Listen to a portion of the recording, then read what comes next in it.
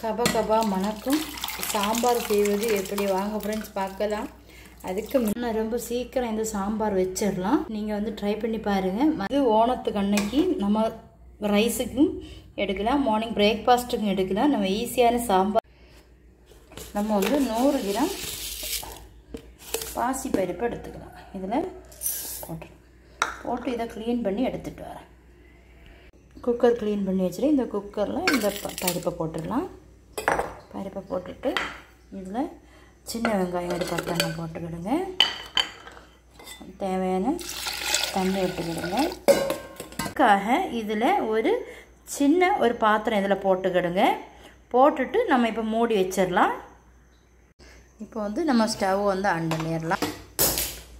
இதை எடுத்து குக்கரில் வச்சிடலாம். ஒரு 3 விசில் வரட்டும். அதுக்கப்புறம் நான் இதுக்கு மேலெல்லாம் வடிஞ்சிருக்கான்னு உங்களுக்கு காமிச்சு தரேன். இப்போ வந்து நம்ம வச்சாச்சு. அதுக்கப்புறம் நம்ம வந்து காய்கறியை வந்து கட் பண்ணி எடுத்துக்கலாம். இப்போ பருப்பு ரெடி ஆகிறதுக்கு முன்னாடி நம்ம வந்து சாம்பாருக்கு தேவையான காய்கறி எல்லாம் எடுத்து வச்சுருக்கோம். நான் என்கிட்ட என்ன காய்கறி இருந்ததோ அந்த காய்கறி எல்லாம் எடுத்திருக்கேன். சாம்பார் வைக்கும்போது கொஞ்சம் டிஃப்ரெண்ட்டாக வைக்க போகிறேன். வீடியோஸ்க்கு பாருங்கள் ஃப்ரெண்ட்ஸ். நம்ம வந்து இப்போ வந்து முருங்கைக்காயெல்லாம் வந்து இந்த 2ஆக கட் பண்ணக்கூடாது. நம்ம கொஞ்சம் நீளமாக தான் கட் பண்ணணும். அப்புறம் கத்திரிக்காய், கேரட்டு, பச்சை மிளகு, வெண்டைக்காய், 2-3 பீன்ஸ் எடுத்து வச்சுருக்கேன். இந்த காய்கறி எல்லாம் க்ளீன் பண்ணி எடுத்துக்கலாம். க்ளீன் பண்ணி எடுத்துகிட்டு தான் கட் பண்ணணும். இப்போ நான் க்ளீன் பண்ணிவிட்டு வரேன். 2-3 தண்ணி காய்கறியெல்லாம் நம்ம க்ளீன் பண்ணி எடுத்துக்கலாம். பருப்பு விசில் தான் கேட்குது. பருப்பு ரெடி ஆகிடுச்சு. இப்போ இதில் வந்து நம்ம க்ளீன் பண்ண காய்கறியெல்லாம் காய்கறி எல்லாம் நான் க்ளீன் பண்ணி எடுத்துட்டேன். முருங்கைக்காய் கட் பண்ணது என்கிட்ட இருந்துச்சு, அதனால தான் எடுத்து வச்சுருக்கேன். அதை க்ளீன் பண்ணி எடுத்துட்டேன். எல்லாம் இதெல்லாம் கட் பண்ணி எடுத்துக்கலாம். இப்போ நம்ம விசிலெல்லாம் ஆஃப் பண்ணிட்டோம். பாருங்கள், எந்த இதுவுமே தண்ணி கூட வடியில்லை பாருங்கள். இப்போ நம்ம ஓப்பன் பண்ணி பார்க்கலாம். கீழே எடுத்து வச்சுட்டு ஓப்பன் பண்ணி பார்க்கலாம். ஓப்பன் பண்ணி காமிச்சுதான் பாருங்கள். இந்த இதை வந்து சூடாக இருக்குது. பருப்பை தட்டி விட்டுட்டு நம்ம இதை எடுக்க வேண்டியதான். ஏதாவது தண்ணி அப்படி இருந்துன்னா இந்த கிண்ணத்துக்குள்ளாடி தான் இருக்கும். நீங்களும் ட்ரை பண்ணி பாருங்கள். நல்லா வெந்துருச்சு பாருங்கள். நல்லா வெந்துருச்சு, மசிஞ்சு வெந்துருச்சு. இது ஒரு ஓரமாக நம்ம எடுத்து வச்சிடலாம். காய்கறியெல்லாம் கட் பண்ணி எடுத்துகிட்டு இந்த மாதிரி குட்டி குட்டியாக வந்து கட் பண்ணி எடுத்துக்கிடுங்க. இப்போ ஒரு குக்கர் எடுத்துக்கிடுங்க. நம்ம கட் பண்ண காய்கறி இதில் போட்டுடலாம். நான் அதில் வெண்டைக்காய் போடலை, தனியாக எடுத்து வச்சுருக்கேன். இதில் இந்த சாம்பாருக்கு கூடயே நம்ம கடையில் வாங்கின சாம்பார் பொடி, பேபி பொடி, 1/4 டீஸ்பூன் மஞ்சத்தூள். இது சாதத்துக்கு வைக்கக்கூடிய சாம்பார் ஆனதுனால 1 டேபிள் ஸ்பூன் வந்து மிளகு பொடி, வத்தல் மிளகு பொடி போடுறீங்க. இதுக்கு தேவையான அளவு சால்ட்டு ஒரு 1/2 டீஸ்பூன் வந்து போட்டுக்கிடுங்க. இதில் தேவையான அளவு நம்ம தண்ணி விட்டுக்கலாம். தண்ணி விட்டாச்சு. இதில் நம்ம மெயினாக ஒரு சொலை புளி வந்து இதில் சேர்த்துக்கிடுங்க. இப்போ நம்ம பருப்பு வேக வச்சு நம்ம வச்சிருக்கோம். அந்த பருப்பை நல்லா கடைஞ்சிக்கிடுங்க. கடைஞ்சிட்டு நம்ம இதிலே போட்டுடலாம்.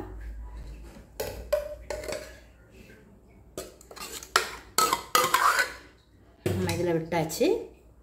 இப்போ இதுக்கு குக்கர் அலசிட்டு தேவையான அளவு தண்ணி விட்டாச்சு. இது வந்து நம்ம நல்லா மிக்ஸ் பண்ணி விடலாம்.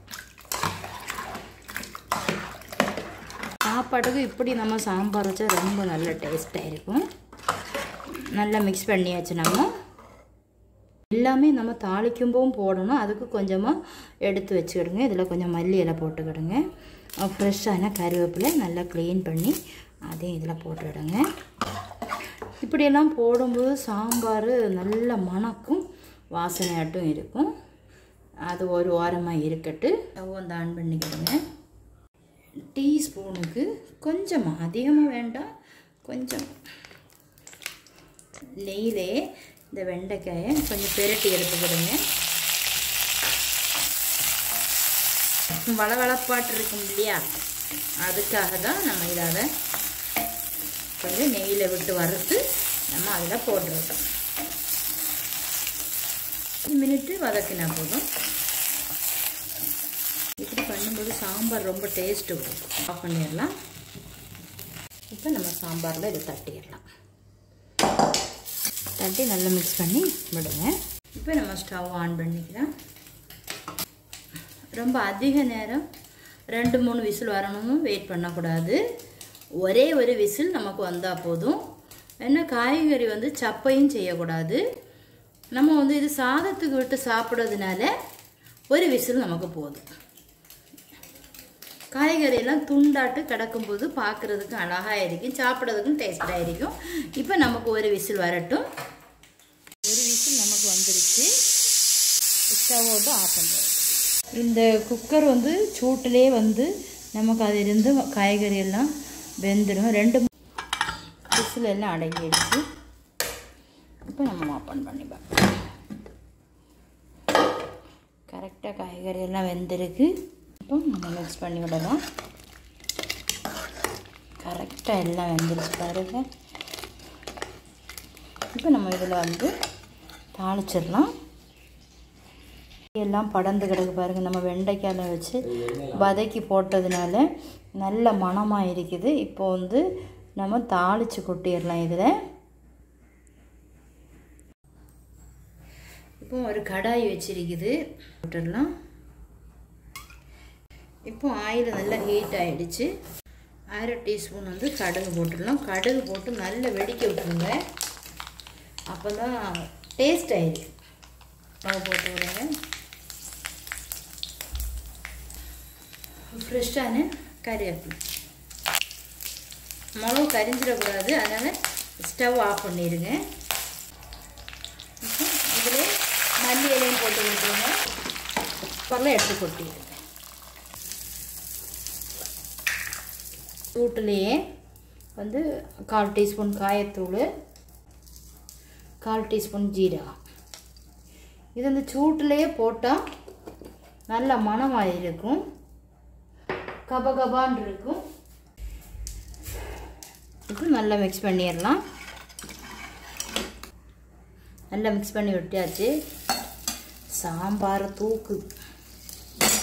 நம்ம வந்து ஓணத்துக்காக தான் இந்த சாம்பார் ஸ்பெஷலாக வந்து பண்ணியிருக்கோம். இப்போ ஈஸியாகட்டும் இருக்குது. நீங்கள் வந்து ட்ரை பண்ணி பாருங்கள். மறக்காமல் புட்டி வித் பிரிவு சேனலை சப்ஸ்கிரைப் பண்ணுங்கள், லைக் பண்ணுங்கள், கமெண்ட் பண்ணுங்கள், ஷேர் பண்ணுங்கள்.